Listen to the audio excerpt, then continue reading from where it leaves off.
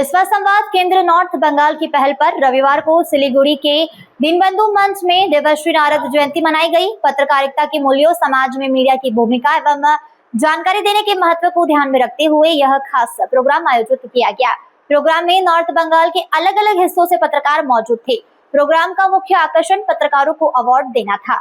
पत्रकारिता की दुनिया में लंबे समय से जुड़े और समाज के अलग अलग जरूरी मुद्दों को सामने लाने में खास योगदान देने वाले पत्रकारों को देवर्षि नारद सार्थक जीवन सम्मान 2026 से सम्मानित किया गया। ऑर्गेनाइजर के मुताबिक यह सम्मान मीडिया के लगातार काम और जनता के हित में उनकी भूमिका को देखते हुए दिया गया। आज प्रोग्राम में वेस्ट बंगाल के governor RN Ravi chief guest के तौर पर मौजूद थे। पत्रकारों को संबोधित करते हुए उन्होंने डेमोक्रेसी में मीडिया की अहमियत और जिम्मेदार पत्रकारिता की जरूरत पर जोर दिया। उन्होंने पत्रकारों से समाज की सच्ची तस्वीर दिखाने में निष्पक्ष और सच्चा रहने की अपील की है। स्पीकर्स ने देवर्षि नारद को दुनिया का पहला न्यूज कैरियर और कम्युनिकेशन का सिंबल बताया है। उन्होंने कहा कि उन्होंने लोगों तक जानकारी पहुंचाने की जो परंपरा शुरू की है वह मॉडर्न पत्रकारिता में भी दिखती है। पत्रकारों को सम्मानित करने की यह पहल उसी आदर्श को ध्यान में रखकर की गई है। इस इवेंट में नॉर्थ बंगाल के अलग अलग जिलों के पत्रकार, जानी मानी हस्तियां और अलग अलग तरह के लोग मौजूद थे। मौजूद पत्रकारों के साथ साथ सम्मान पाने वाले पत्रकारों में भी जोश और उत्साह का माहौल बन गया।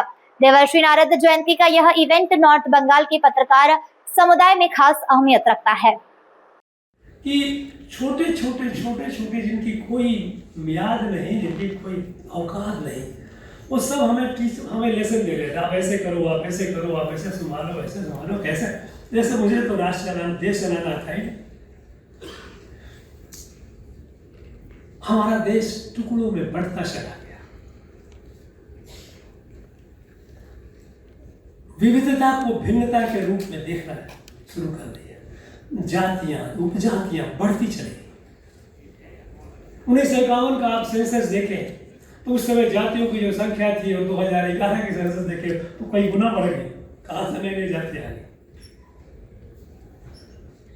मेरे भाई, यह राष्ट्र, इसको अगर टुकड़ों में देखोगे तो टुकड़े करते चले जाओगे। एक मछली होती है, मछली के असंख्य स्केल्स उसके छोटे होते हैं और उनको उधेड़ते जाओ, दो छोटे उसके एक तरह के स्केल नहीं होते।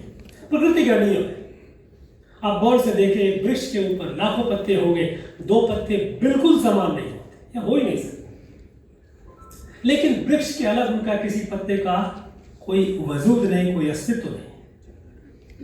एक फूल में सैकड़ों पेटल्स होते हैं, दल होते हैं, अलग अलग रंग है, सुंदरता, सारे एक दल एक दूसरे से अलग अलग पेटल है, लेकिन उस फूल से अलग किसी भी पेटल का कोई अस्तित्व नहीं है।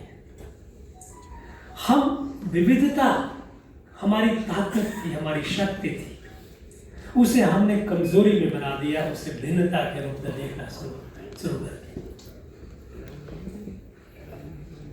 अब जब राष्ट्र निर्माण शुरू हुआ और हम एक अप्रत्याशित हमें प्रगति कर रहे हैं, मिरेकुलस डेवलपमेंट हो रहा है, जो हम छठी अर्थव्यवस्था से गिर करके 10वीं अर्थव्यवस्था हो गए थे, अब हम ऊपर उठ करके 4थी अर्थव्यवस्था हो गए 10 वर्ष के अंदर। भारत की अर्थव्यवस्था को अर्थशास्त्री लोग, और हमारे यहाँ के भी, विदेशों में तो छोड़ो, हमारे यहाँ के अर्थशास्त्री लोग कहते थे कि भारत का विकास, भारत कभी एक इकोनॉमिक पावर नहीं हो सकता। हो सकता है आप मिलिट्री पावर बन जाओ, लेकिन इकोनॉमिक पावर नहीं बनो, क्योंकि भारत की अर्थव्यवस्था का ग्रोथ जो है संभव नहीं है। और इसको लोग कहने लगे ये Hindu rate of growth.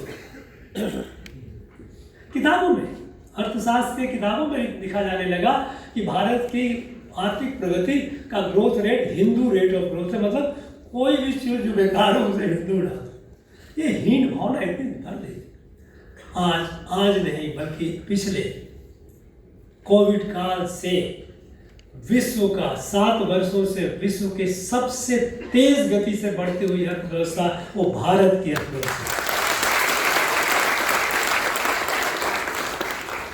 Covid आया, रशिया यूक्रेन वार हो गए, ईरान अमेरिका का युद्ध चल रहा है, आज भी वैश्विक संस्थाओं का यह मानना है कि भारत की प्रगति का दर विश्व के सारे देशों की प्रगति के दर से बहुत बहुत आगे है।